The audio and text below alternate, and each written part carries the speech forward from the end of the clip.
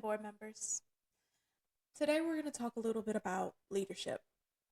So, that's a term that we throw around all day, every day, for the most part, particularly in work environments, whether we're talking about someone being a great leader or a terrible leader. We talk about leadership as something that kind of is a natural thing for people. Like, oh, that person is naturally a good leader, which is true. I believe that someone can have natural leadership abilities. However, I think that a lot of times we take for granted the fact that leadership is a skill, it is a practice that you constantly have to be evolving in order to see success in it. And so treating it as something that is just that, a tool that has to be sharpened on a regular basis, is extremely important to seeing success in personal life and in professional life. We have someone today, Ken Smith, who is literally spending his time now teaching leadership. He's teaching different professionals in different industries at different levels how to become the best leaders that they can be. I think that this conversation today will give you not only a little bit of insight into someone who has an extensive background in military and oil and gas industry, but also will give you a little bit of insight into those practices, those daily mentality shifts to become better leaders. So if you're interested, pull up a chair, take a seat, and let's talk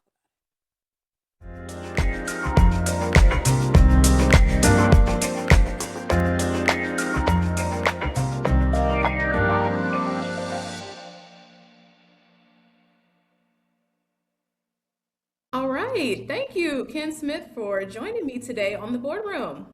How are you? I'm doing great. Thank you for having me. I was excited to get your note and thrilled to be here. Yeah, I know we first met back in October of 2025, early October, for the Professional Development Day that the PMI of Central Mississippi hosted. And when I sat there, we were there for a whole day, I guess like 8 full hours of instruction, but it went by quickly. And I was so excited. I was like, I've got to get this guy. At that time, it was just a concept still, but I was like, I've got to get him on this podcast for sure. No, that So was much great insight. yeah, that was a fun day, and I was really pleased to come down there and to spend the day with Central Mississippi. And they were great hosts, and had a lot of fun that day. Did they feed you well before and Yes, after? yeah, Okay, we good. had a nice dinner the night before, and then you had breakfast at the hotel, and then the lunch that was there was pretty good. Yeah. The farmers they hosted well. They were hmm great hosts. Yeah, it was very good. And again, just very impactful. And you're all about leadership. That is what your bread and butter is, starting from way back when you were in the military academy and graduated from there. You've had a career in oil, gas, all of that. And now you've turned all of those concepts into your mission to try and turn, what was it that you said? Managers into inspirational leaders, I think Yep, is the term, is the phrase. Yeah. yep. You need good managers and inspirational leaders. Yep. So I really, really, again, I just think it's so important, with the basis of my podcast really being about building that group of people, that board of advisors, whether it's personal or it is professional, that can help provide some perspective. I think having people like you and having conversations like this is exactly what it's for. So again, I'm just very grateful that you joined me today. Yeah, and the idea of being on somebody's personal board of directors is not a new concept to me. I have several people that actually apply that concept in real life, and I'm a member of their hmm personal board of directors. So that's hmm kind of a fun way of really giving back to people and really helping them really see things that they don't necessarily see for themselves, For and sure. giving them a new perspective that they obviously were limited by what we see and what we know. Having an external perspective can provide great insights and ask you hard questions that we wouldn't otherwise ask ourselves. And I think that's key. Again, like you said, the hard questions and just perspective. So many of us, like, we can deem ourselves experts, or like, oh, we have a bunch of experience in this particular area or whatever. But being able to take something to someone and just say, okay, what do you think? And then be able to have you completely turned around because you're like, oh, wait a minute, I never thought of it from that perspective or from that point of view. And I know, like you said, that is just so valuable. And being able to be on people's boards Mhm. and have other people on your boards is so important, and very extremely valuable for sure. So Let's talk a little bit about. I know I kind of gave like a kind of high level Mhm. synopsis of your very extensive career, but tell me a little bit about where you started and kind of what got you to where you are now, what inspired you to get there. Yeah, I think that all of my life, a thread that I really picked up on is that I've really always loved the idea of leadership. I've loved the idea of helping other people to accomplish more than they thought they could, to do more than they could on their own, to set a positive example, and to really figure out, well, how do we get better all the Yeah, time? for Uh, sure. and it manifests itself through high school, through team sports, trying to be a leader there and be a team captain Hmm. there. Joined the military and really enjoyed my time at the United States Military Academy. That's in a gigantic leadership lab. It's what it's there. It's what it's designed to do. It understands how to grow and develop leaders. And my time in service was just about kind of honing that craft a little bit, getting a little bit better at it, Right. understanding it from a different perspective. And when I left the military, I first started out in a job in the oil field where I was an individual contributor, and Hmm. that job was horrible for me. And what I realized through that experience is that, yeah, I'm learning a lot about the industry, but the job itself it's not me. It's not who I Yeah. am. I don't want to be an individual contributor. I want to Hmm. have an opportunity to be a leader. So Hmm. I took a job as an engineering manager, and in all honesty, took a gigantic pay cut, but it was worth it Yeah. because I was now doing more of what I wanted to be doing, and really learned a lot about um, really understood a lot more about leadership in a different context because the military, leadership, you got a certain context and it works well. But when I had to do it in the business world, well, boy, I really started to learn a lot when I had to lead in the business world. Yeah. And that was fun. And I can then, imagine the military is a little bit more authoritative. Like, hey, you pull rank, it is what it is. You do what you got to do. Whereas I guess it's a little bit different of an approach once you get into corporate yeah. America. I mean, that's a common misconception that the military is all just about command and control and that your position dictates everything. But Hmm. if you don't have the trust and confidence of your team, if they don't believe in you, if you have not treated them well, they're going to be no more inclined to follow what you're going to do than anybody in the business world would. You Yeah. just have different tools at your disposal for compliance, but compliance isn't leadership. Compliance Hmm. is just what it says. It's, I like to use the analogy now is I can get anybody to do anything with the heel of my foot, but that's not leadership. Right. Okay. And that was one of the things that you figured out a little bit is that, yeah, you're right. Compliance isn't good enough. Hmm. Compliance isn't going to get the job done. You really have to figure out how you connect, how you really inspire people, and the tools are just different that you have at your disposal in the business world. So I Yeah. had to unlearn a lot of things from the military to be successful in the business world, and that's just the right And way. you've done that. Yeah. Yeah. So you talked about building trust and influence. How do you think, let me rephrase that. How would you advise someone, for example, who's in leadership, who's working on trying to get to where they're able to build that trust, but they're trying to balance like that with like boundaries and really having some structure about whatever they need to do? Because I'll speak for myself. Sometimes, because I am a people person, I'm a bit of a social butterfly, right? So I'm like, oh, let's talk it out. Let's, I know what's going on with you, you know what's going on with me, all of that. And in some environments that works. It just depends on where you are. But in others, it does not, because you have to maintain some boundaries. So how would you say, here's how you can go about building trust without risking any kind of structure that has to be there for you and your team to be successful? Yeah. So you have to be who you are. You have to be Hmm. genuine. You have to be yourself because people will see right through you if you're not. But the phrase that I heard and I really resonated in that is, you have to be yourself with a filter. Hmm. And that's okay to have a filter and have those little boundaries because not everybody needs to know and see everything about you. But Right. everything they do see and everything they do engage with you must be genuine. It must Yeah. be who you are. You have to really understand who you are as a person and how you're going to behave. And I'll give you an example. So early on in my military career, I figured out early on that I am not effective when I'm angry. or trying to be mean or trying to be harsh. Some Mhm. people are good that way. They're good at that. People respond to it. I never was. And so I really learned early, like, okay, that's not how I can do things. It's not Yeah. my way. That won't work for me. I'm Mhm. not any good that way. So I didn't try to be good that way because number one, I don't think it's the right way to do it anyway. And number two, I Right. wasn't any good at it. Wasn't authentic, yeah. So for me, then it just became a little bit matter of, all right, well, what is my way? Mhm. And as I started to grow and develop a little bit, what I figured out was more my way was, asking, but still asking in a way that was firm enough that they understood that, well, we want to do this, but we want to know how you want to do it, not just Yeah. do it this one way, but we're still going to do it. Yeah, right. It's still going to get done. But asking more than telling became my superpower Mhm. in leadership, and I still really encourage leaders today to figure out, well, how do you ask more and tell less? And I usually take it to the opposite extreme of ask all the time, because knowing that they're going to find that middle balance somewhere. So I'm Yeah. always encouraging leaders to ask more than tell. But to get back to your other point on trust a little bit, I think that people will trust you. There's three kind of conditions that people are looking for trust. Mhm. Number one, you have to achieve results. You have to get stuff done. No one's going to trust you if you can't get things done. Number two, you have to act with integrity. Mhm. If you don't act with integrity, then you're not going to build any trust. People are going to look at you and be like, yeah, no, I don't think so. Right.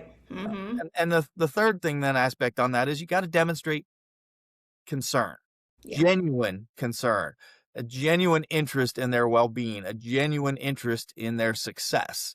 And if you can do those three things, then you build that credibility over time. And I like to use the phrase that trust is gained by the inch and lost by the mile. Mhm. Hard to grow, it's hard to Yeah. build, but boy, is it easy to lose. One Yeah. bad decision and your credibility and your trust can just evaporate in an instant.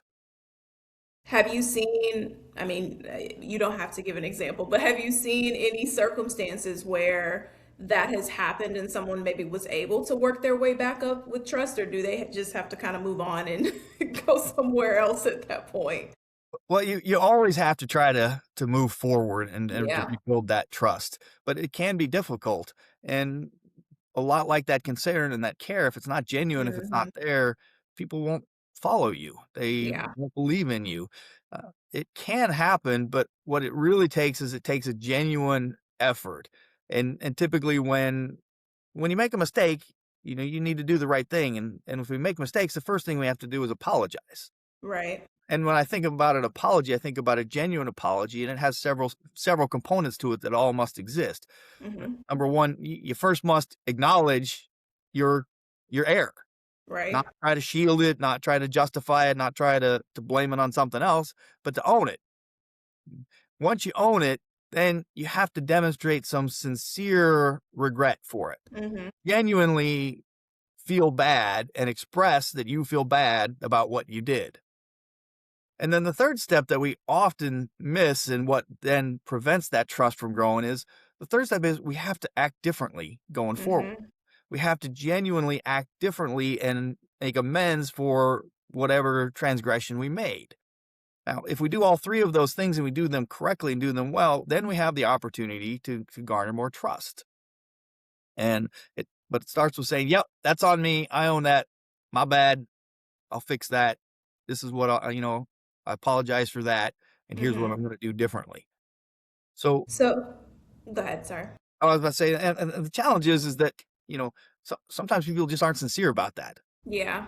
and they don't Mhm. follow through. But if people are sincere and they follow through, then trust can be gained back. Mhm.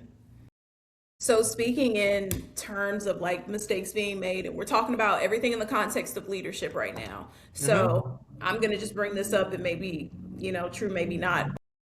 Sometimes those mistakes are a result of, and I say mistakes, but you have mishaps, you have little things, misfires, whatever, as a result of team members directly, but ultimately you taking the accountability as the leader to say, okay, this is my team. This happened, whether it was a drop in communication on my end, whether I did not follow up, or whatever reason there was behind that actually having been an issue or something, a mistake having happened. the importance of kind of being able to own that those results, even if it's not you that actually made the like you didn't press the button, right? You didn't press the big red button, but someone on your team did. So ultimately, you own that too. Yeah. I tell leaders, with no apology for this, that you as the leader are responsible for everything your team does or fails to do. Mm-hmm. Period. Yeah. And then you can definitely own that and says, "Yep, all right, this was on me. This is a member of my team. I'm responsible for it." Mm-hmm. And then you then figure out, okay, you do the root cause analysis and you can figure out who was there. But if all you do is cast the blame and deflect it off yourself, well, then you're missing the point. Yeah. You own it, no matter what. That's a you problem. You're Mm-hmm. responsible. You own it. Even if it's a member of your team, you still own it. You can delegate authority to do things, but you can't delegate the responsibility or the ownership of it. You still own it. Yeah. And that's the way me personally as a leader and as a human being, I always want it to be my fault. Yeah. Because if it's Yeah. my fault, I can do something about it. I can Mm-hmm. change. I can try something different. If it's somebody else's fault, well, then I'm relying on them to do something. So Yeah. personally, I always want it to be my fault so I can do something different.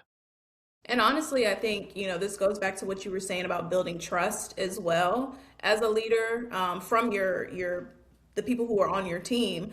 I can tell you that I've seen situations in my career where either I've made a misstep or someone else has around me, whatever, but the person who we are reporting to or who ultimately owns it had to fall on the sword as a result. And ultimately, we got it cleaned up. But for me, the impact that it had was not, oh, okay, yeah, he took the blame, I'm gonna keep it moving, we're done with it. It was, oh shoot, like I don't want to put this person in the position to have to do that again as a result of some misstep.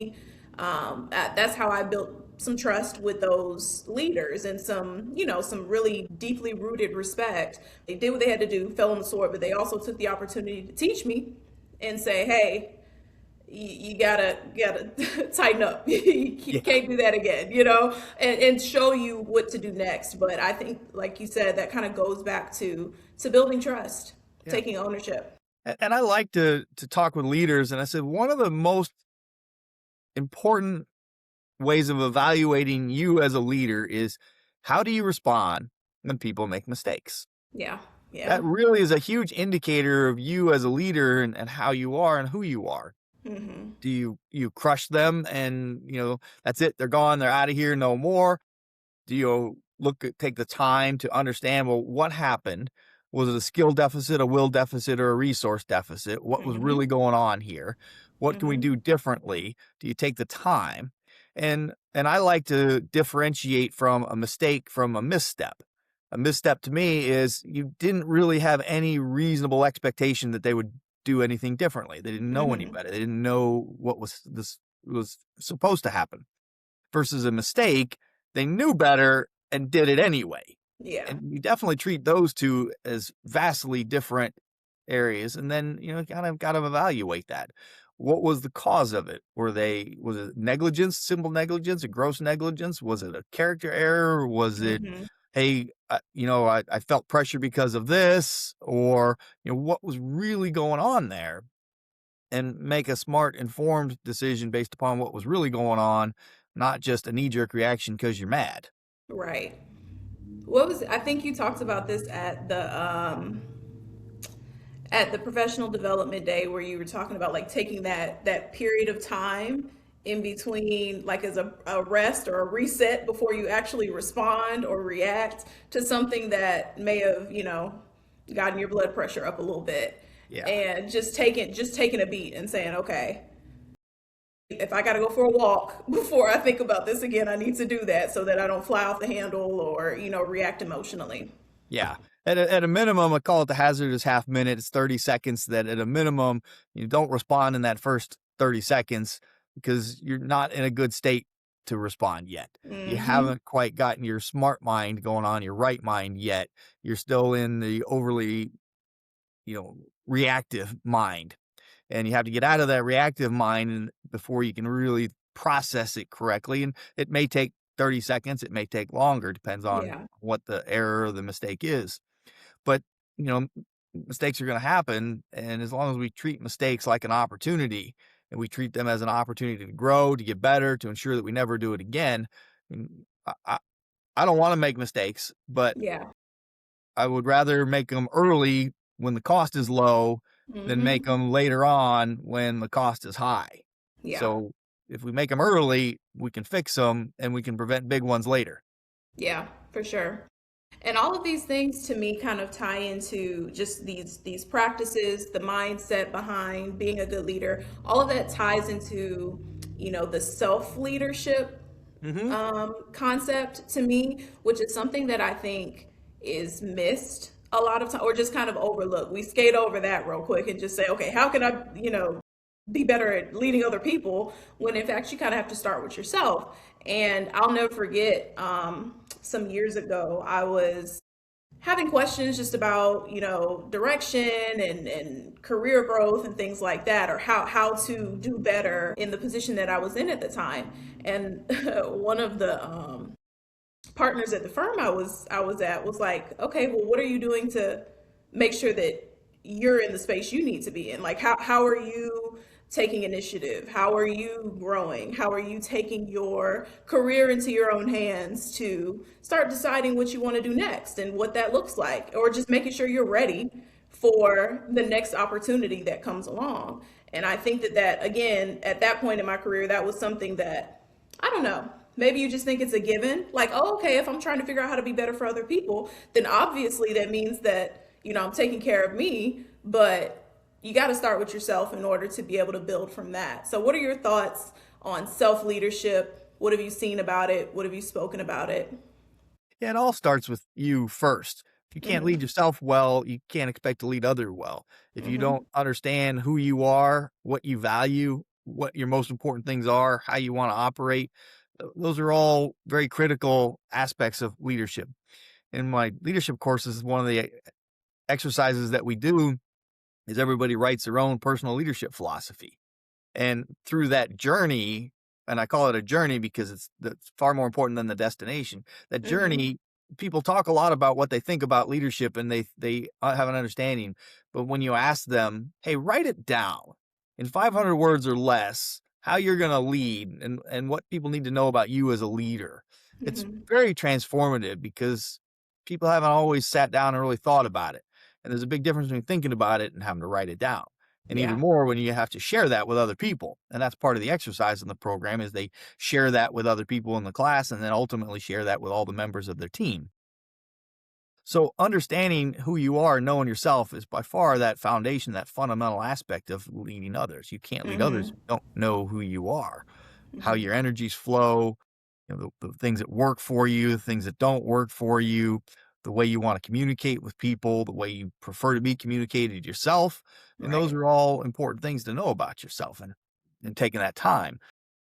So I think you're right. It is undervalued. I'm not sure if undervalued is the right word, but underpracticed.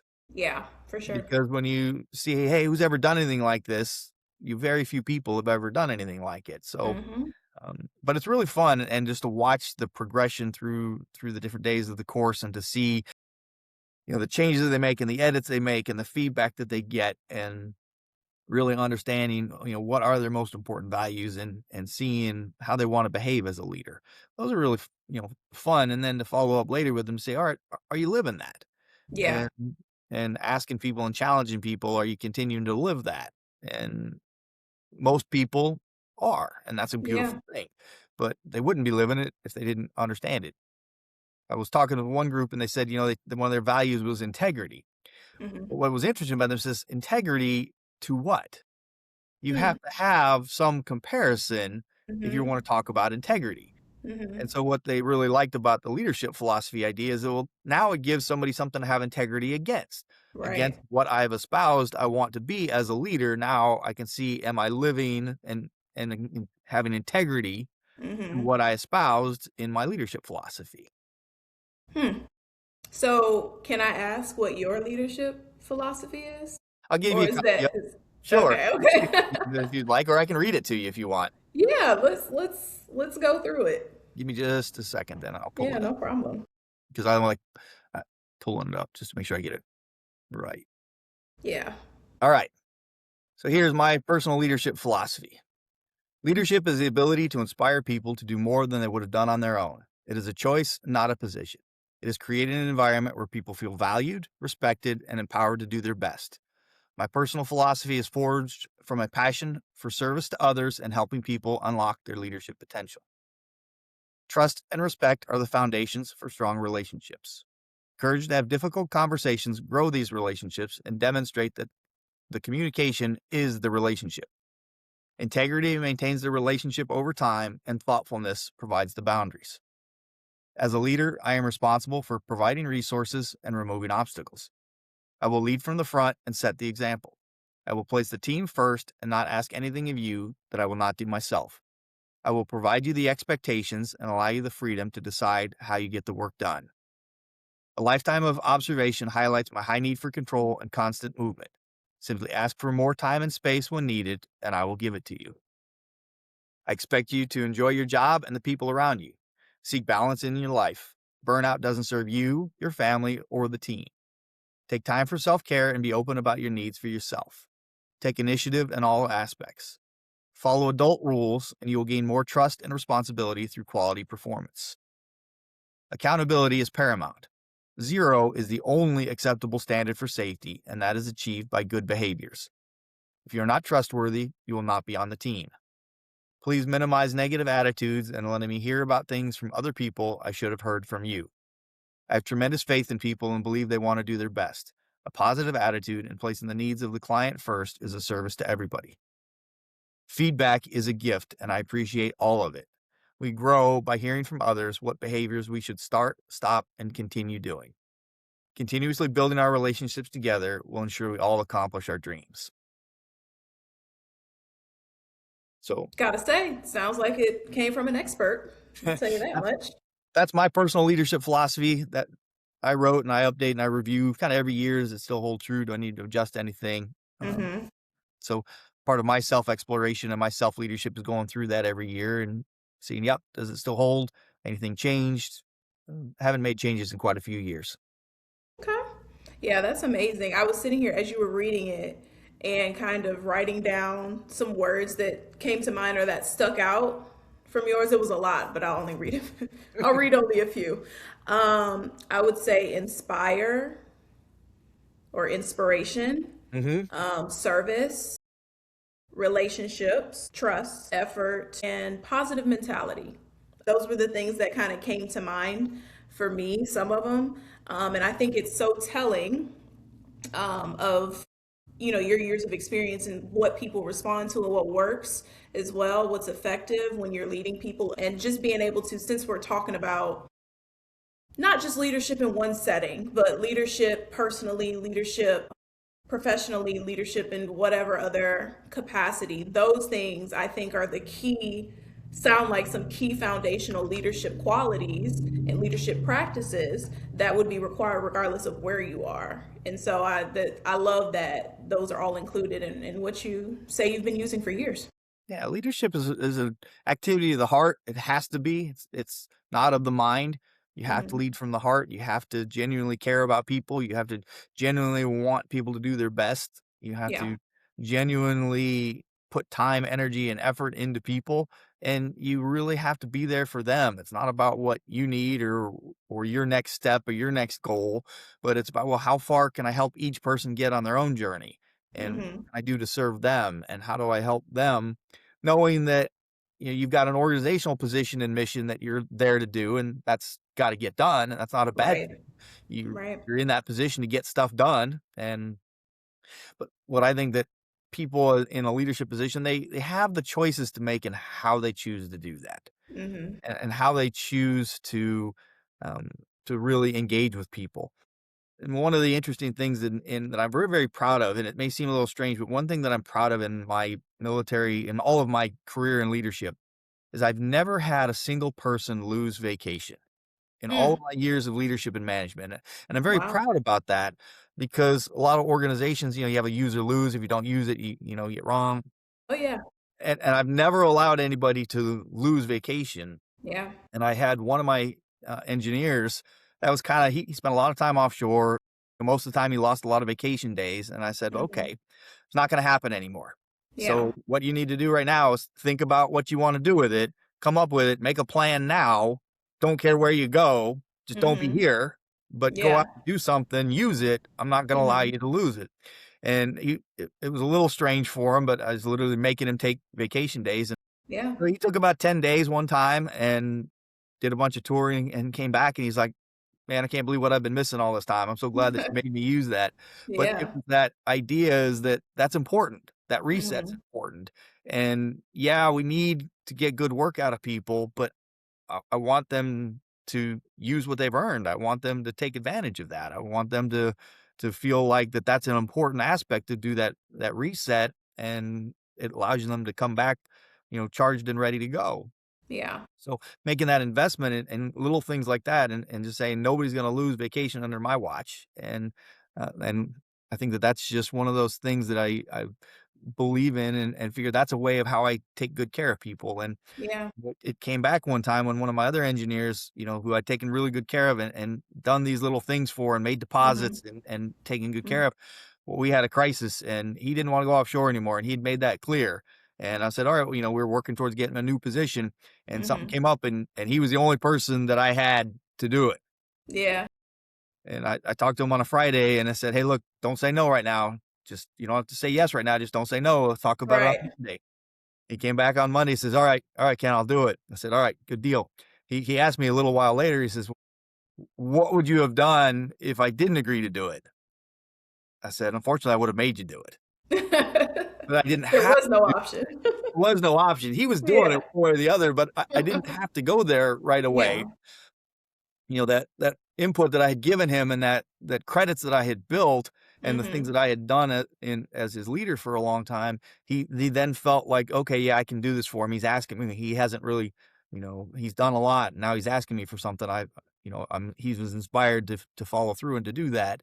Mhm. And I'm glad that it worked out that way because I didn't want to have to compel him, but he was my only choice. He was going. Yeah. Yeah. Well, you had compelled him in other ways over the course of the year, so But I that's good. but I inspired him through goodwill and Yeah. through taking good care of him for, the year and a half prior to that, when I needed it on the other end, he responded because I had been investing in his well-being for the last year and a half. Yeah, for sure. So we're talking about, I know earlier you brought up that you kind of started to see leadership in yourself or started being in, in those that headspace early on, as early as, playing sports at the time.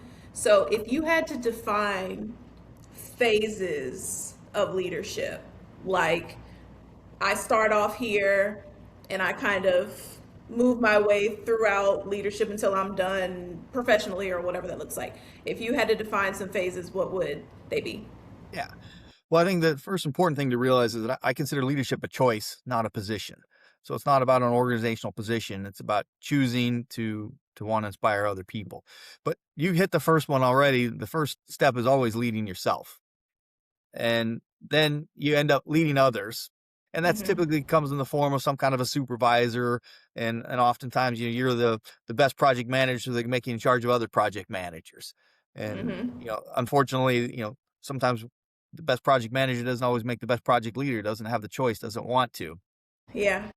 But it's about that, leading individuals.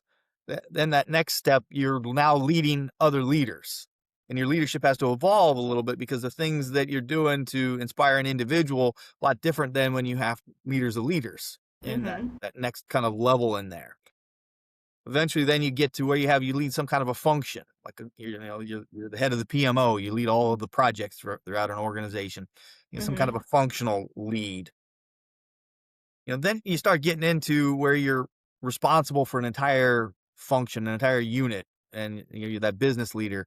In the business sense, you're responsible for the profit and loss of some element in there. You're the one Mm-hmm. who's solely responsible, and you have multiple functions within that, and multiple layers of leadership within that. Right.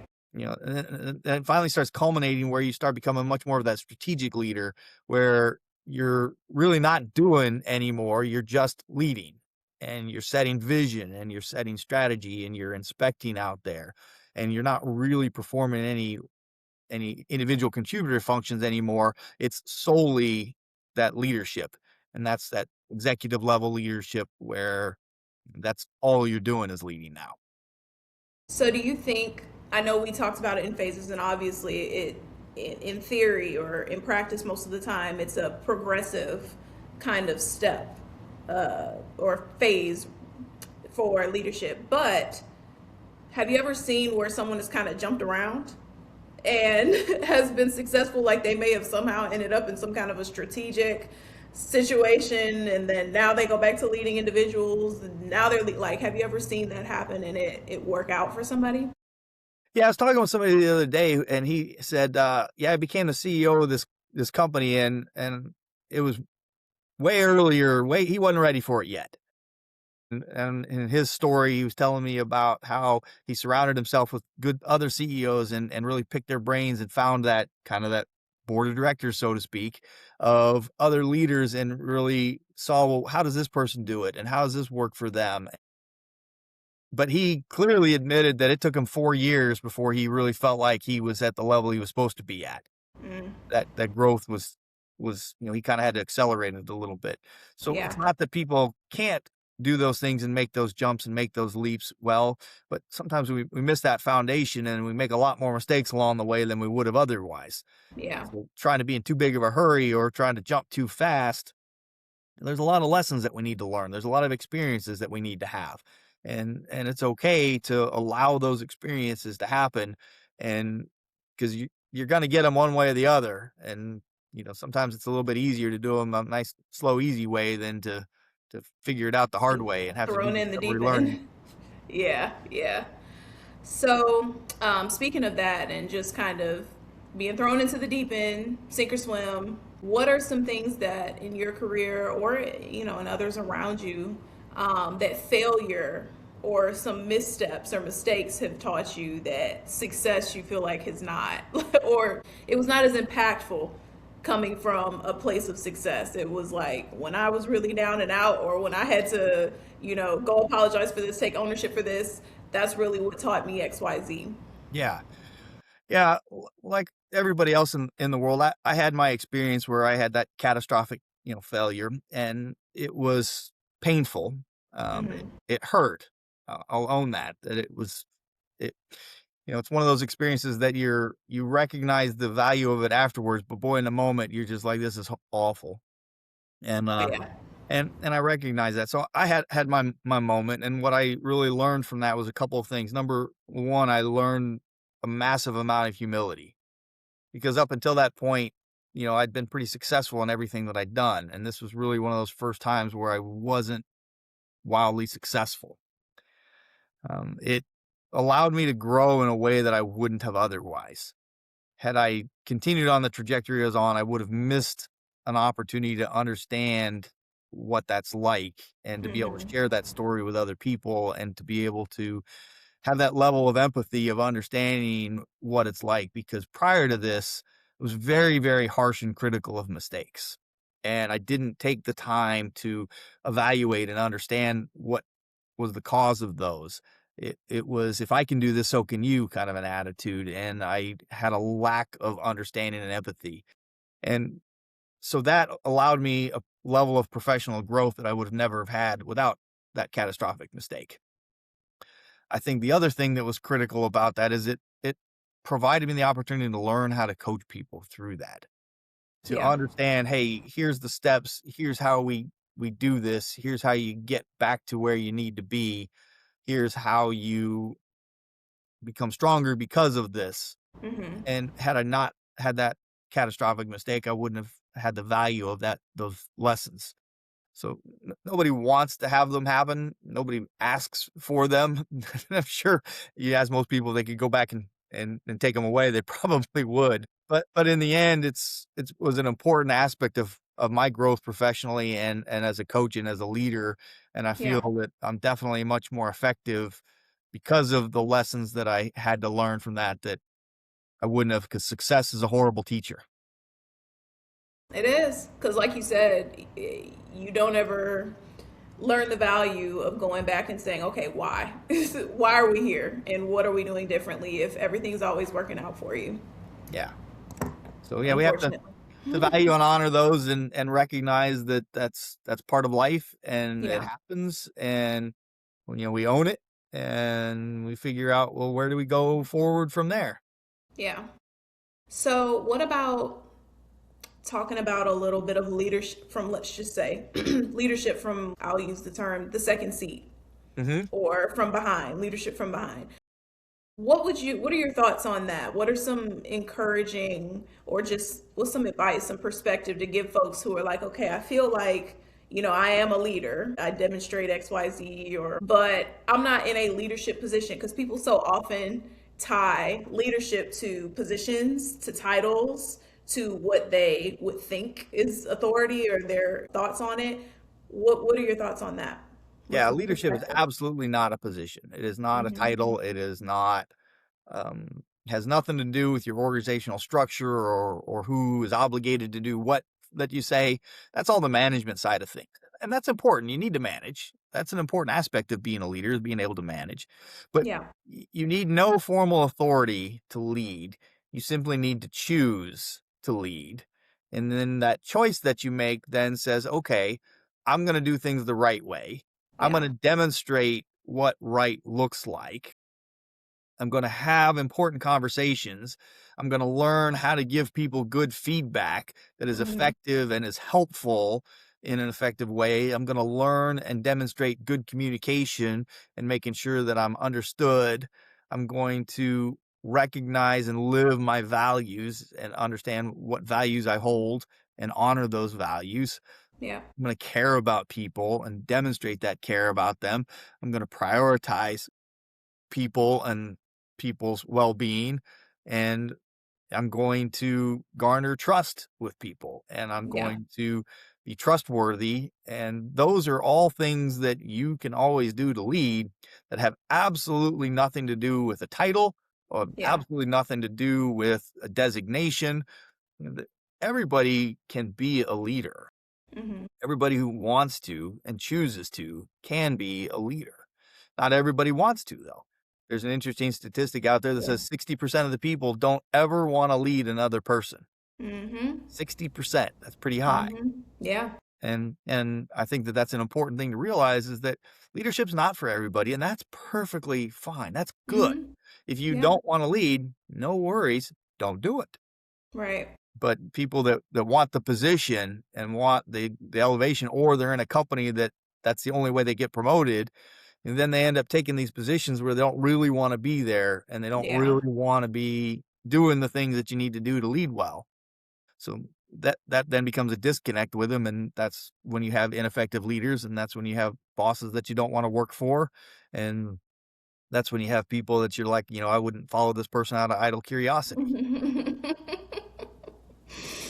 Oh yeah. I think that's so important. I mean, again, I'm speaking from, experiences either with myself or people that I've been around. And I think that as you grow and mature as a human and as a leader, you're able to look back and see like, oh, a little grace. Now, Your head, so you were nowhere near ready for what you were asking for at the time. yeah, but we also have to recognize that growth happens on the fringes, and we have Yeah. to be uncomfortable to have growth. Growth doesn't happen Hmm. when we're doing things that we're good at. Yeah. Growth only happens when we're doing new things, and we have to Hmm. go out there and try new things, and we have to mess them up. Yeah. That's part of the journey. That's part of the process. What I always Hmm. tell people is that, yeah, go out there and try these new things and see what sticks, and be okay if you don't get it right the first time. It's Right. not about getting it right the first time. It's about understanding, all right, how do I do it better the next time? And you do that enough times, then you got enough repertoire in there where you're doing things right. And then it's Yeah. time to go out and try some new things. Hmm. And Yep. and it's a constant cycle of that. But you have to expect to get it wrong in the beginning. That's if you change your expectations, then you're not disappointed when you get it wrong and you figure out, well, what do I need to do? Again, and Yeah. I'm not encouraging people to do bad things, but I'm just recognizing that it's The new. reality. You're Yeah. gonna get it wrong. You're not gonna do it Hmm. perfect. Yeah. So So go out there and mess it up and then go get better the next time. Yeah, for sure. So let's talk about Bel Air leadership. Let's talk a little bit about that. So, when did that start? What inspired you to say, you know what, this is I'm going to start this particular leadership academy and we're going to push forward in the way that you have so far? What inspired that? Where are you now? So I always kind of knew I wanted to do leadership development, that was a path I wanted to take. It took me a little while to kind of find where that was. Mhm. Now, so where Bel Air leadership comes from, the first car I ever bought when I was 14 years old, I bought a 1957 Chevy Bel Air. I still own it to this day. If you could look behind the wall behind me, you'd see it in my garage. So I've had the car since 1988. Does it still ride? It, Did you it's refurbish it and everything? It's Yeah, I did all still that when I was moving? in high school. I took it all apart, put it all back together while I was in high school. So Mm. that Bel Air comes from my Chevy Bel Air that I first had. What I think about that is that in the mid 50s, Chevrolet didn't set out and said, "Oh, we're going to make an iconic car here." They just wanted Mhm. to make a fantastic car. They wanted to get better. They had new innovations for that year. And I think Mhm. that that's a great analogy for leadership, is that nobody really sets out and says, "Oh, my life's goal is to be the best leader in the world." I don't Yeah. think anybody sets out with that kind of goal. But through Mhm. the process of wanting to get better and inspiring people, then you can kind of become that iconic leader that the 57 Chevy has kind of become. So Mhm. that's where the Bel Air leadership comes from, and the logo and the is was kind of that same script that they use. So that was my inspiration for that, and I like that, and it's a fun story, and it's very Yeah. personal to me. And then to really make things a lot easier and to have a tribe, I became an associate with Academy Leadership, and we're Mhm. all military veterans, and we share a common passion for leadership. We share a common service from the military, and we take that message out there into the world, and we share that kind of message and a similar concept out there, what leadership looks like for us. And so we Mhm. brand ourselves through that. And so my legal entity is Bel Air Leadership, but I operate as an associate of Academy Leadership, with my tribe. Yeah. You're bored. Yep, they're definitely part of the board. They're all Yeah. of my professional board, and I call them up regularly, and I knew that if I needed anything, I'd pick up the phone, and they'd all be come running to see how they could help. So Mhm. they're definitely part of my professional board.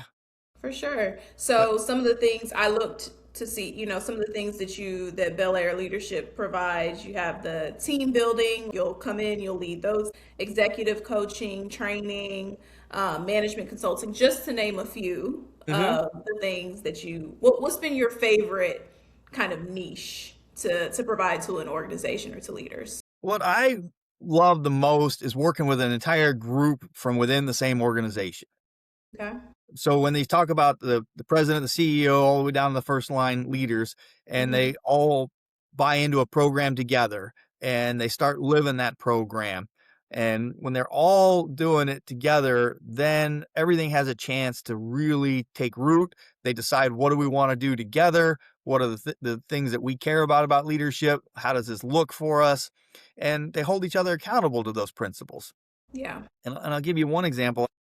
I got a phone call from a organization that I had done a program with, quite a few years ago, and Mm-hmm. this that way with their CEO and the president and all their senior leaders and all the way down.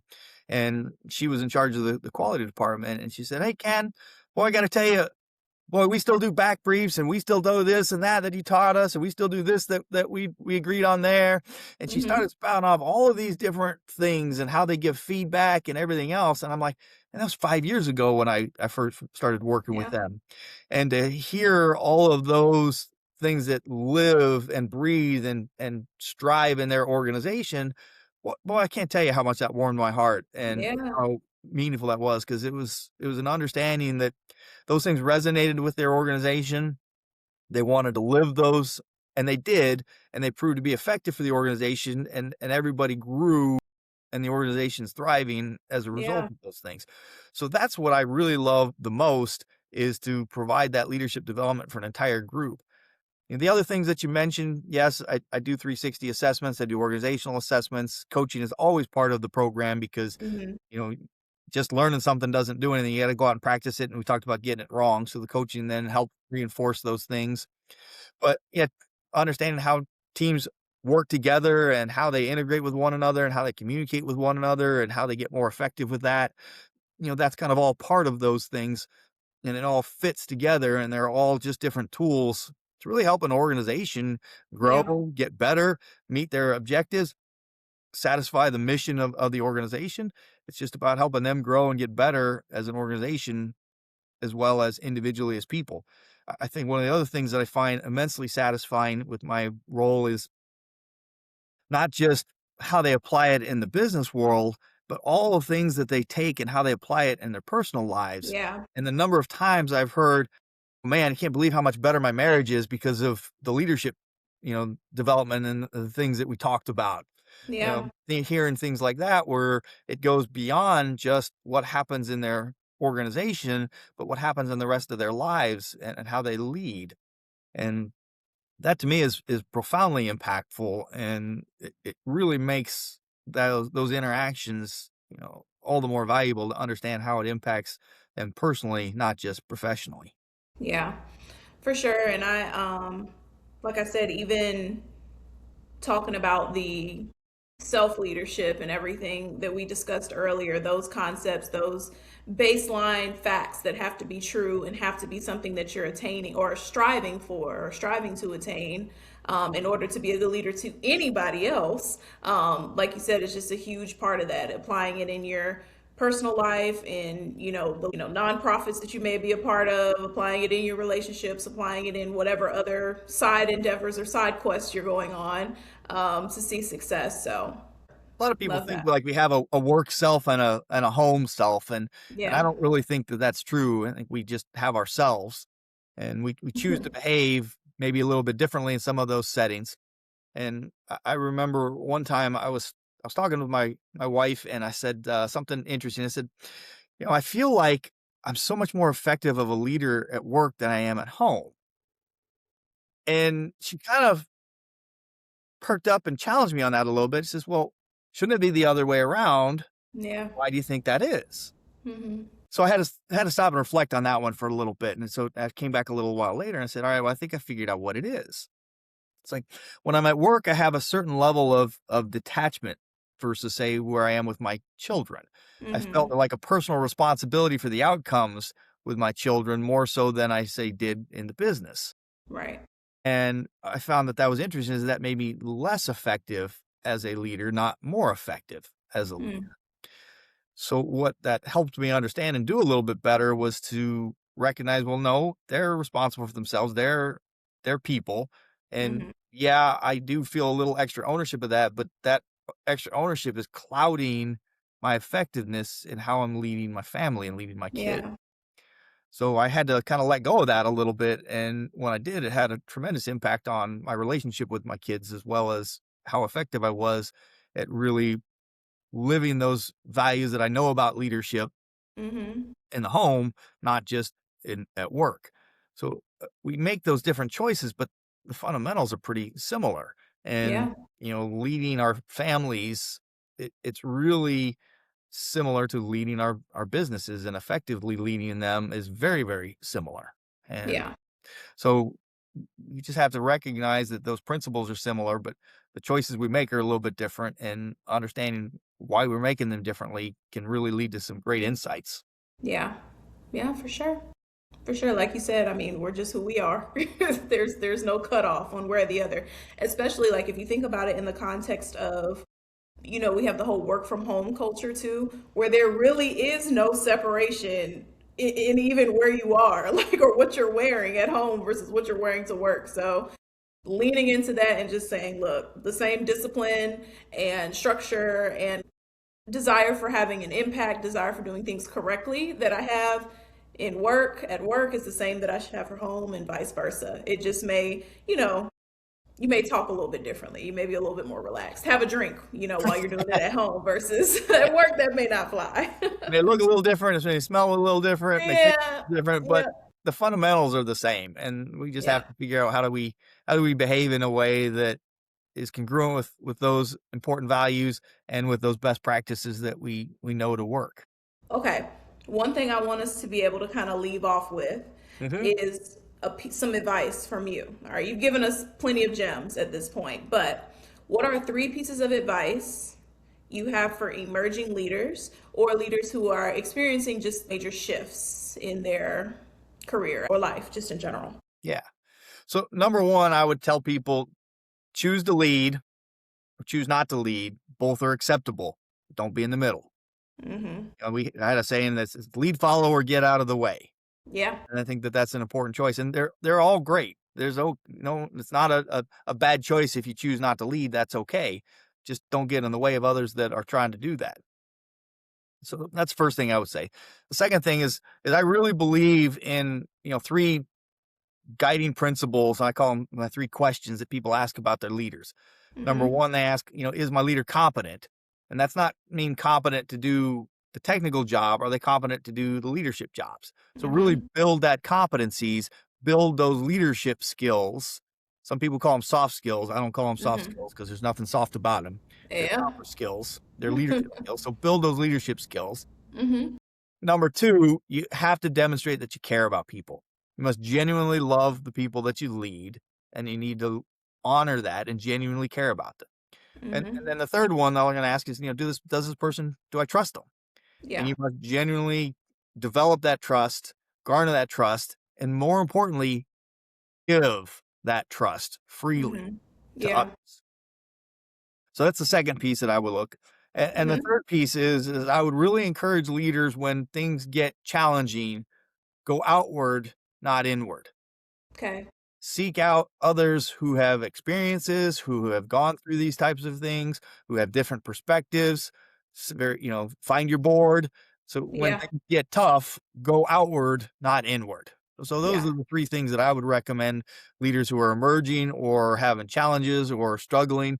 Think through those three fundamentals, and you'll persevere well. That's amazing. I can't wait to push this out there. Me too. Yeah. Okay. Well, thank you. Thank you so much, Ken, for joining. I know it was kind of like a spur of the moment thing in the middle of your session, but I very much am very grateful for you joining me today for this conversation. I will add your information, any contact information for you for your organization, to the show notes so that people can reach out to you and experience Bel Air Leadership, the Leadership Academy, and everything that you guys have to offer. I did also want to make sure that I mentioned that you have your leadership lunches that are available as well to people. Yeah, so I do a monthly leadership lunch. It's the first Wednesday of every month. It's free. It's a Zoom platform, and I push out a topic every month, and so everybody's welcome to join that if they'd like to. All right. Well, I will definitely push that information out, like I said in the show notes, because I think there's a lot people can take away. So, again, I appreciate you so much. I'm sure we will speak again at some point, hopefully in this medium about some other things. Yep, happy to come back and have a conversation anytime you want, Grace. Sounds good. Thank you.